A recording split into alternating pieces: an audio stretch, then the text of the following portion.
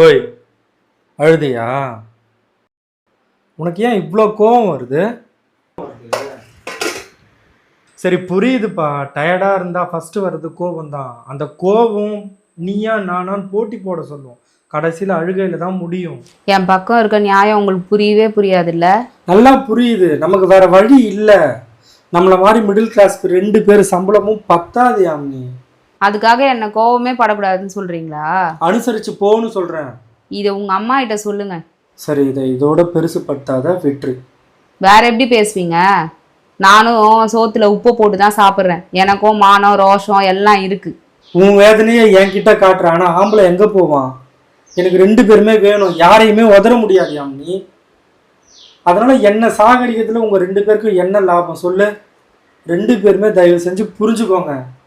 Heart அட்டாக்ல பொம்பளையை விட ஆம்பளைங்க ஏன் அதிகமாக சாகுறாங்க? இந்த மாதிரி டார்ச்சர் பண்ணுறதுனால தான். இப்போ இந்த இதயம் நல்லா இருக்கு, ஆனால் இதே மாதிரி போச்சுன்னு வச்சுக்கோ, நானும் போய் சேர்ந்துருவேன். உங்க இதயத்துக்குலாம் ஒன்றும் ஆகாதுங்க. அதனால தான் டெய்லி இதயம் எண்ணெயில் தோசை சுட்டு தரேன்.